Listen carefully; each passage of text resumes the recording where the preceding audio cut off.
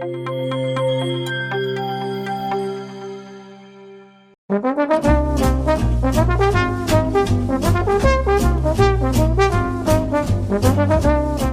Susan Gitelson, Dr. Susan Aurelia Gitelson, that's very important, and there's a reason for that, wrote an important book as well called Giving is Not Just for the Very Rich, a how-to guide for giving and philanthropy.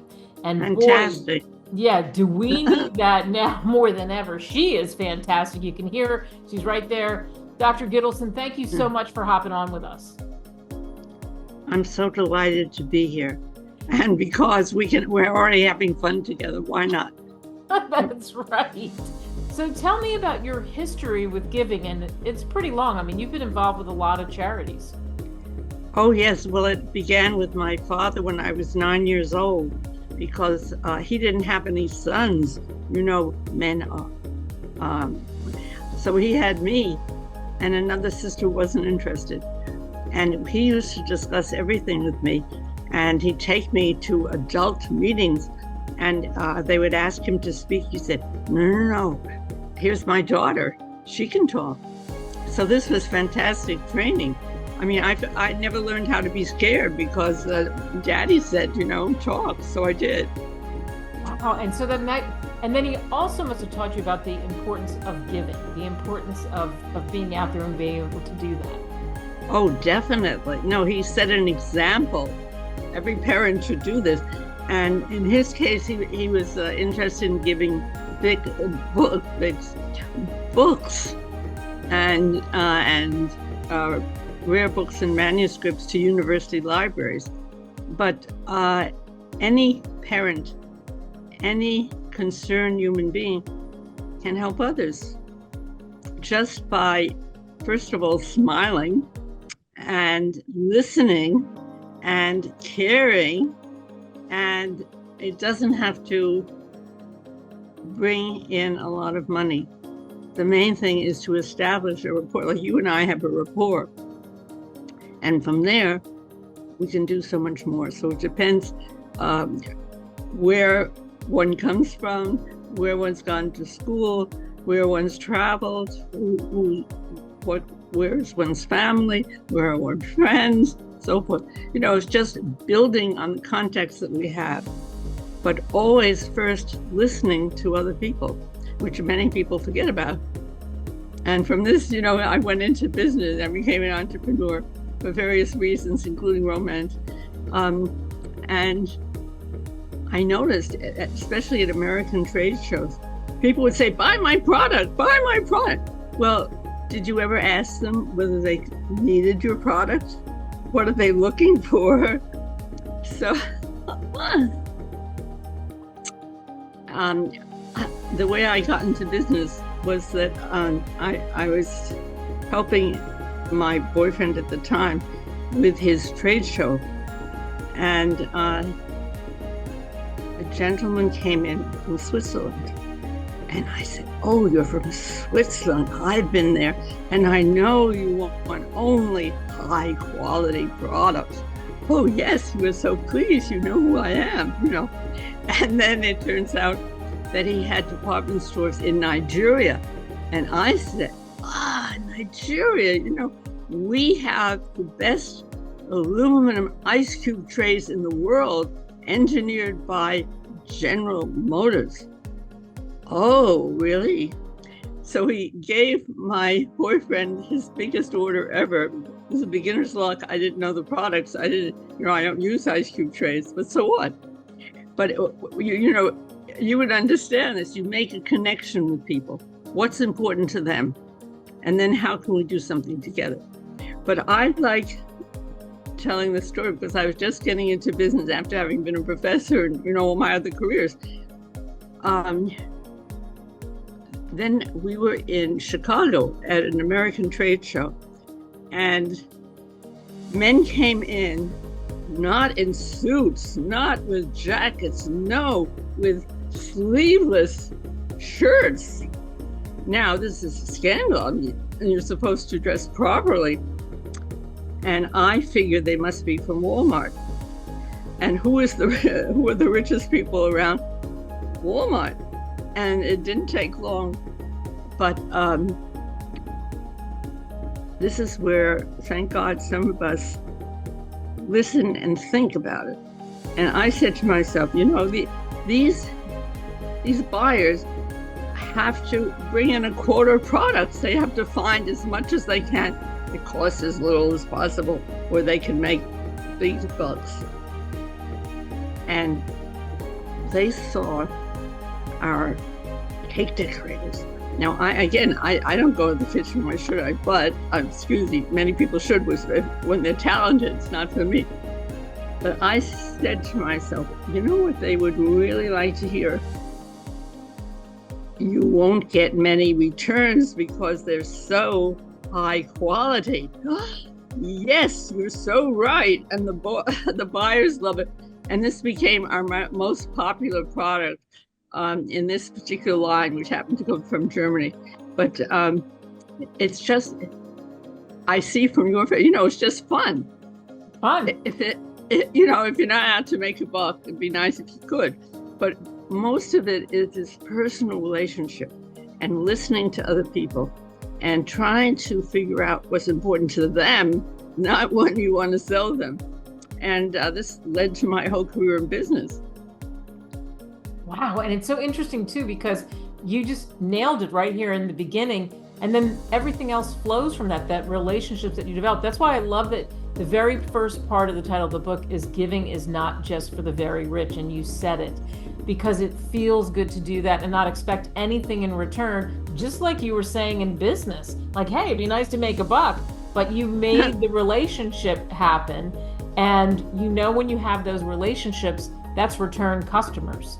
Absolutely, because if they feel good, you feel good, there's a relationship, there's that chance that it continues on, just like when you're developing what charities you're involved with, where even if you have $5, whatever it is, or a little elbow grease, right? That's what you tell us in the book. Oh, yes, but I think, Kate, you must be like that also. It's so sad when people have to go around bragging. I gave millions here and I did this and I put my name here and I put my name there. Well, it's very nice and we need as much as possible. But is that enough? And sometimes it's these interpersonal exchanges that can mean so much to help people in your own family, in your own community. When we think of all the homeless and hungry people around, and the first thing we have to do is listen to them. What's your story? Where are you coming from? What's important to you? And so forth. And then you build a rapport, then you have a relationship, and then you figure out if you can help people. If you can afford to give them money, well, that's very nice. But it's also, the first step is always listening, caring for people, and showing them they can understand, they feel that you care for them. And that's a wonderful beginning. And from there, many good things can happen. What made you write the book? Why'd you write the book? Because I had spent many years setting up awards, scholarships, again, not with big bucks, because I didn't have big bucks, but because the idea was important and because we were reaching people, usually students, people who really needed encouragement. And I wanted to talk about this more, and I also, of course, wanted to encourage other people to do the same thing.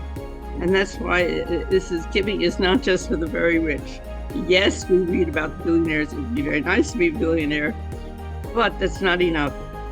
And we want to begin in our own circumstances, with the people we meet or the people we're related to, whatever it is. And one thing can lead to another. And now, I've always been concerned about women, as I'm sure you have, because they haven't always been promoted according to their abilities. But these days, there are many young men especially who don't know what to do with themselves. With AI, suddenly the computer expertise they thought would lead them to a great career, it may not. what do you do? Well, some people, as we read, as so tragically, take drugs, drink too much. Some even commit suicide. Huge numbers. But there's another approach, and I've been hearing it's become very important recently. Male nurses. The healthcare system needs more nurses, and a man would say, "Oh, I can't be. That's not masculine enough for me." But if you can't get a job someplace else, and it turns out that you can be useful, you can learn, and you can become an expert, and you can be promoted, and all kinds of good things, why not be a male nurse? So it's a whole new career. This is what I'm sure you deal with all kinds of people. This is what we wish for others. Not necessarily to become very wealthy, although it's nice, why not? You know, when you read that these Silicon Valley billionaires all of a sudden, they have to buy a yacht and they need a mansion here and this and that. Well, it's okay, you know, if that's enough for some people. But there's some wonderful people. You know, the first wife of Jeff Bezos is one of the wealthiest people. Yeah. She is fantastic because her husband remarried and he's having the glamorous life, and he really worked hard and figured out how to establish Amazon, how to bring many customers in. But his former wife, who's bringing up the children, whatever, she does research to find beginning charities, people who really want to help others, especially the homeless and the people who really need help. And she finds them, and she gives them enough money to get them started, to get them working. It's so fantastic. There are a few people like this. Even Bill Gates also has a divorced wife, you know, because sometimes the men play around, whatever. And the women got into this out of sincere concern for others. And they go on, you know, with divorce settlements, thank God, they have a lot of money. But they don't just spend it on themselves, they spend it on different organizations, on people they meet, they can help. It's just this whole idea of helping others. And what is the payoff? You feel better about yourself. You know, you don't have to be jealous about others. You don't have to say, oh, I don't have the most expensive hat or the most expensive jewelry or the most expensive. No, that's not the goal. The goal is to be as helpful to as many people as possible in imaginative ways. You know, it's a very exciting thing to do. This is what I'm trying to encourage people to do with my book or whatever. To say, how can I make a difference in the world? Woo! You know, it's almost a joke sometimes to look at the fashion magazines. You've probably seen them, Vogue and Town and Country, this one and the other, and they're showing this and jewelry and bags and all these things. And so what? You know, because you happen to have a Chanel bag, therefore you're a more important person. Some people think that that's what they need. Some of us, I'm sure you agree with me, some of us say they who can help others, often without asking, without looking for thanks, but seeing there's a need and wanting to sponsor people who help other people. It's a wonderful thing.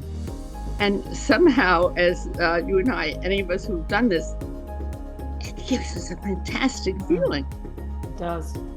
It does. And that's why it's so, I think your book is so important, and the title nails it, like I said, because I do believe, Dr. Gitelson, that some people feel like well, what can I do? I don't, I make an okay living, but I don't really have anything I can really give back, because they see the things you see, where you read everywhere that somebody has tremendous wealth, they're a billionaire, whatever it is, and they start these foundations and their names are on it. So they feel like, well, I'm not in that echelon, so I can't be giving, but that's not true at all. We're really on the same wavelength. This is terrific. Yeah. It's so important. It's so important, that feeling. I agree with you 100%. So when people read your book, I mean, it is a how-to guide for giving and philanthropy. So you give a lot of suggestions as to what you can do. When people read the book, and I think we're saying it, what do you hope they take away? A sense of purpose, a sense of mission, of knowing that by helping others, we are not only helping them, but we're giving ourselves a sense of well-being. We're not going to commit suicide. I don't know about you. I don't drink all day. I don't need all these things. Thank you very much. I mean, it'd be nice, but where are my diamonds? No, the important thing is to do something for others. And even, among the very rich, there are the incredible people who sponsor medical education for people who could never get it for themselves. I mean, even Michael Bloomberg. They're great men and many women. The women are the ones who are most sensitive to these things. But by reaching out to others who don't have opportunities, who don't have rich parents, who don't have everything in front of them, and who want a sense of purpose, a sense of giving. It's such a blessing, and it's going to happen to everyone. To people in a small town. I mean, some of us grow up in a big city. Well, that's fun. But, I don't know about you, I read about all these states. We had the election and what's going on in this state, that state, and the other. In every community, there are those who help others. They just do it. They grew up, maybe they heard it in church, and maybe whatever it is, they got the message that it's so important to help others, to make them feel good. And then we have a renewed sense of purpose, and we go on and do more things. That's another thing I told you. I started at the age of 9. Yeah. So I'm a little older than 9 now, and I just carry on. Why not? There's so much we can do. And the longer we're around, the more we can figure out what to do, and the more people we can join with to create programs that are meaningful. It's the sense of words like meaning, care, listen. When I was in public school, I learned to be aware. Look around you. How can you help other people? And one of the things that I do, and I'm sure you do, is that my boyfriend of many years passed away, and I moved to a new building, and I'm all alone, really. And some people will tell you, I'm so lonely, I'm all alone. No. The whole approach is to see the good things that others are doing. So in the building, it's the staff, and most of them come from the Caribbean or places. They certainly haven't had the kind of education that we have. And yet they become proficient at something or other. And I love saying, oh, you do such a good job. I could never do that. I know. Yeah. It's good to be monitored. I mean, it's true. What would I do alone? I can't. I need help. But also, I see that I develop these very healthy, very pleasant relationships with people. It doesn't have to be that way. I happen to live in a building where there are many apartments, and you see on the elevators, there are people who just go up and down with a cell phone. They're completely unaware of the other people. Yeah. They're missing so much because all of us need a smile, a pleasant word, and so forth. So I apparently have a reputation in the building, that I'm always thanking people. I can say, you're the same type of person. It's just wonderful. And you have a sign, believe. Believe in God, believe in doing good for others. And Absolutely. You don't have to be lonely. You don't have to be lonely. I feel like we need to tell people also too, I mean, such an incredible background you have, but tell us about, your middle name, Aurelia. We were talking about that before we jumped on the air, and I want people to know what's the meaning of that and for you and how that came about. I love that. My father chose the name, and why it's Marcus Aurelius, the Roman emperor.